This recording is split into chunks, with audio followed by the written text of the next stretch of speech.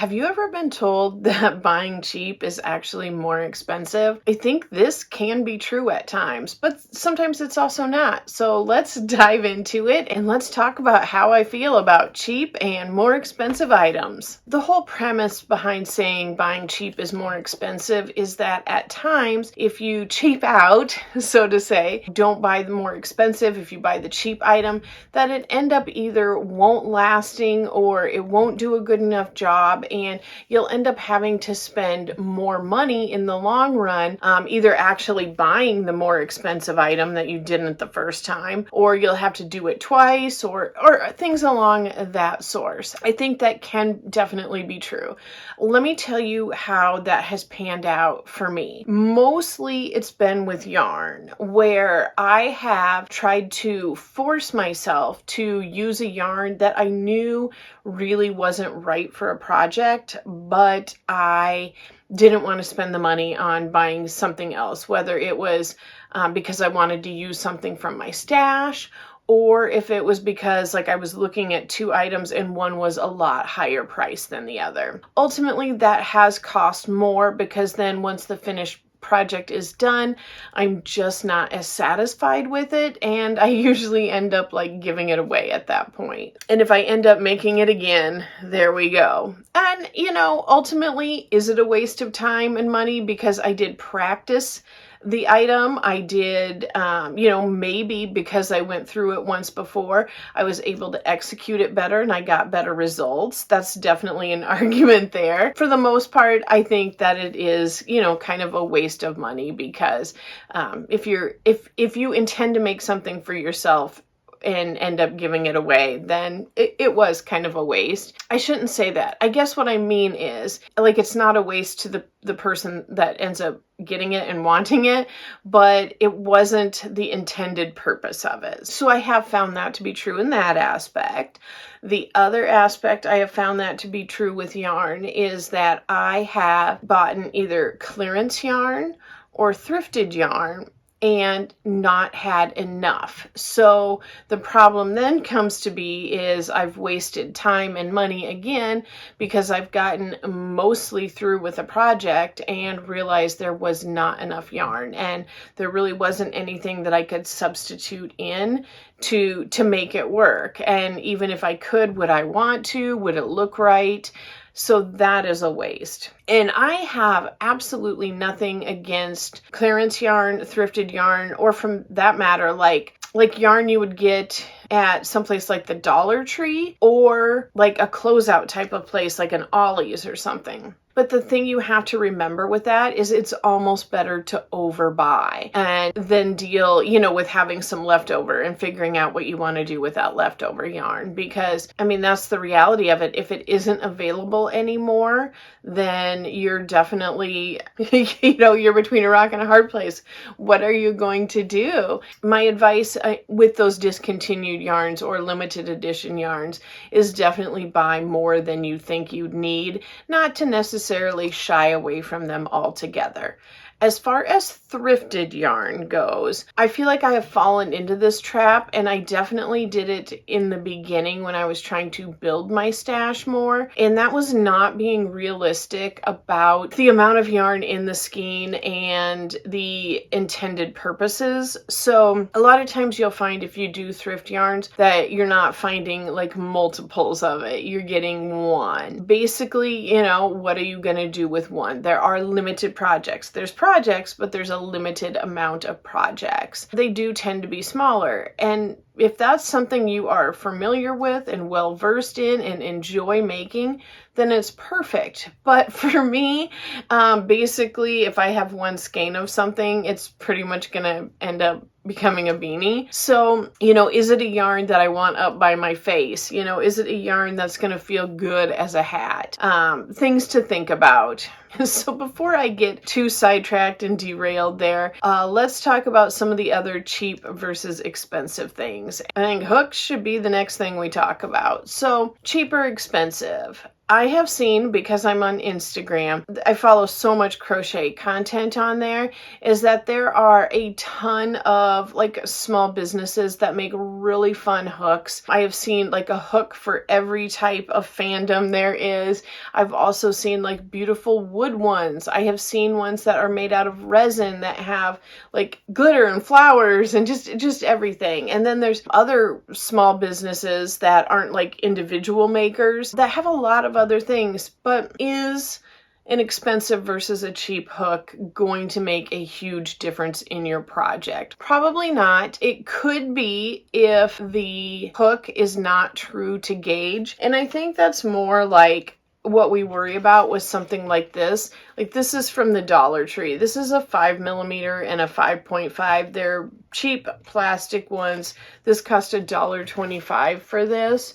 I have not checked them out. I don't have one of those little, I don't know what you call it, like a size checker, but they are readily available, and I'll maybe see if I can find one that I can link. Got the holes in there. You slide the hook in and see if it meets what it says it's going to be.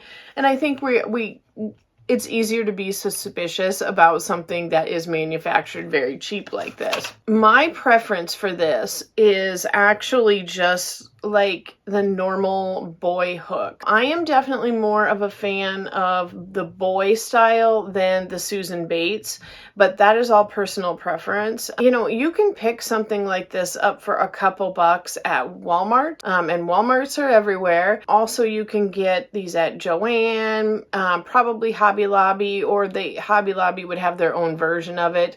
I'm sure Michael's, carries these very basic hooks too, where they've been around for literally ever, and they're made of metal. They're going to be the size they say they are, and they're just tried and true. And I think this is a super great option. While it is not, these would be like, what, 75 cents a piece? Is that right? No, they'd be less than 75 cents a piece. Where this is a few bucks. The one thing I would say is that because our hand dexterity is so important, and the ergonomics of it is that depending on your hand size, the level of arthritis in your hand, things like that, you probably will want to experiment and try a few different types of hooks out and see what works best for your hand and will be able to keep you crocheting for the longest amount of time. Go with that option. I know I have had a couple cool like wood hooks, but they, for my hand, just felt a little bit heavy on like this backside here. For me, it's just something where I don't want to feel a lot of weight pulling this down. Having a very expensive crochet hook might, fill you with dopamine. It might be what works best for your hand.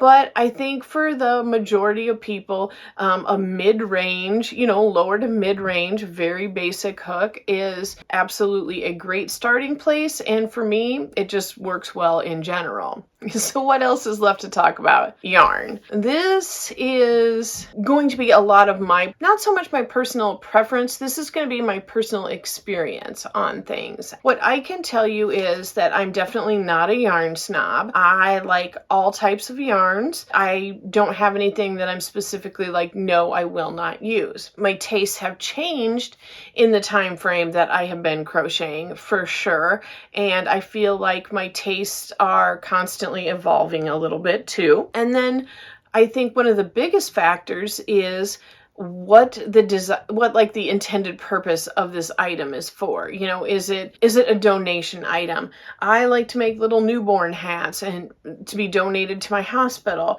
and those are going to be something where I want the yarn to be soft because it's for a newborn, but it does not need to be any type of premium quality, and it's a baby. Let's just go simple, and it's a donation. I never see those again.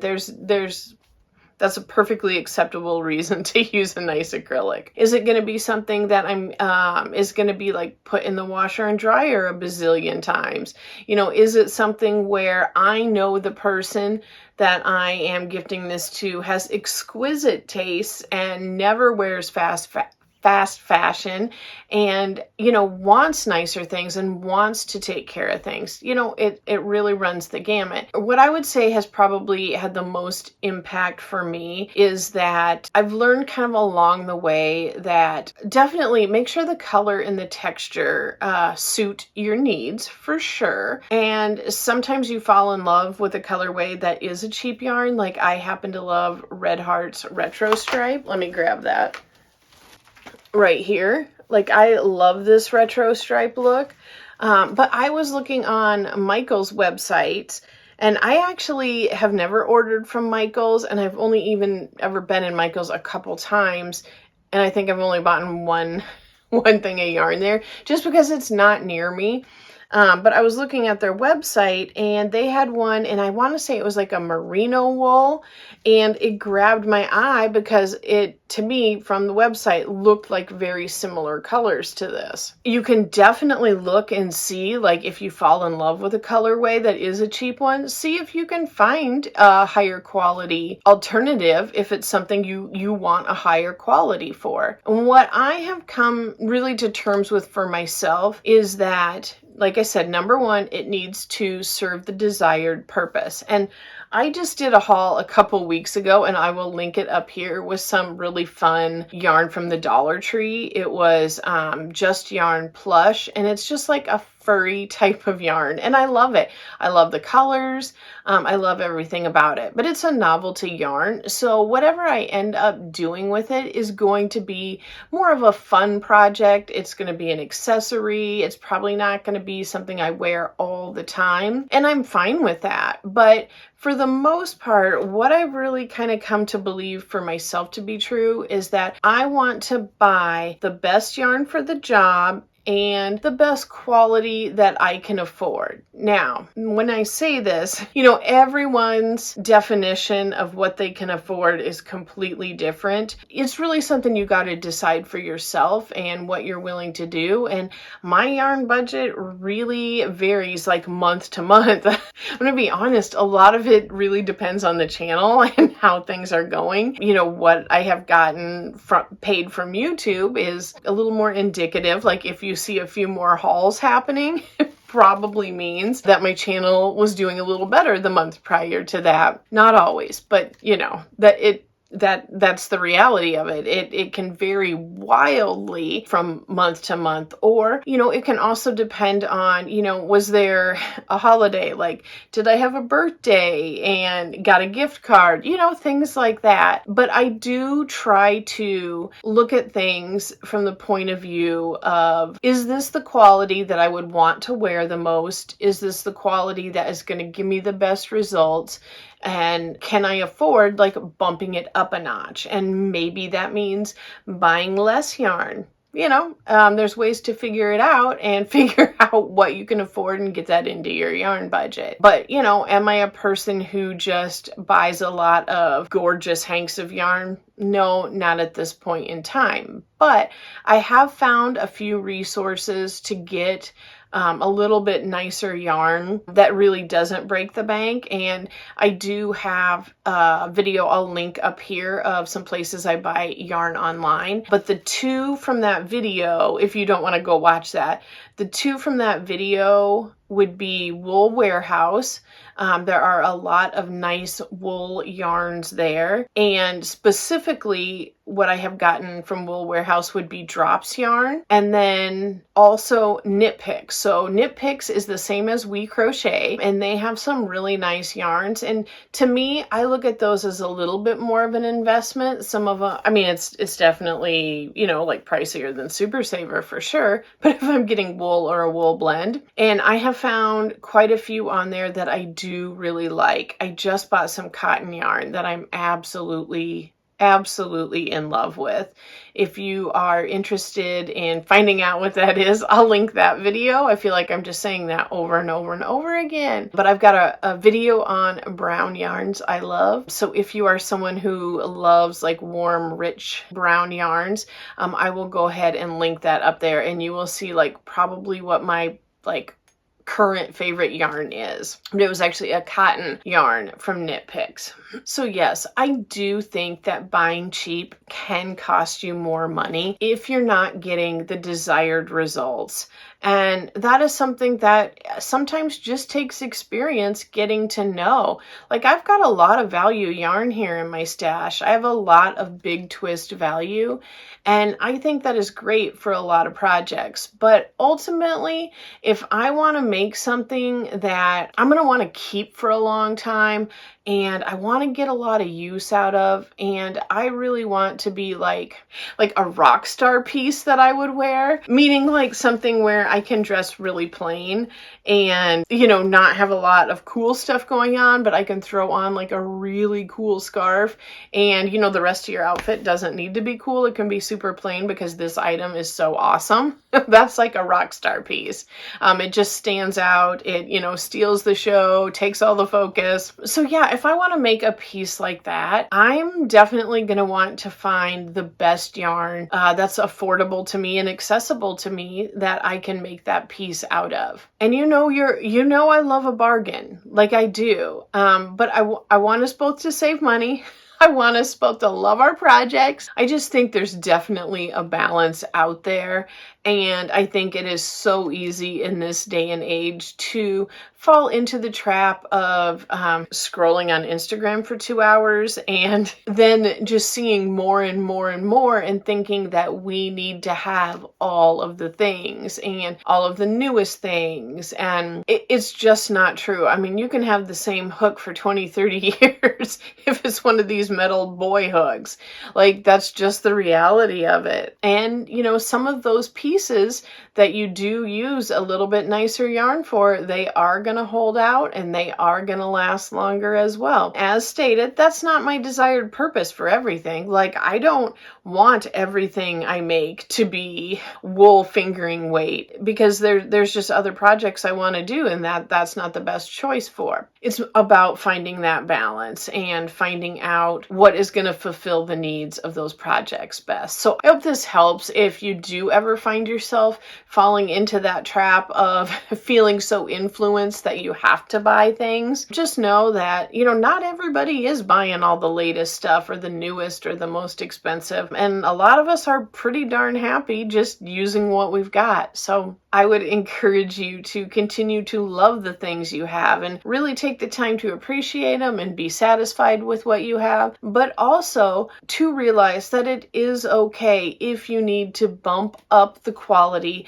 of the yarn or of whatever it is, even your hook, if that's going to serve you best. Thank you so much for talking yarn with me. I appreciate the opportunity that you have given me, and a special thanks to everybody that is new, and a special thanks to everyone who has been around for a long time. I really appreciate you giving me this chance. I'll talk to you again soon. Bye.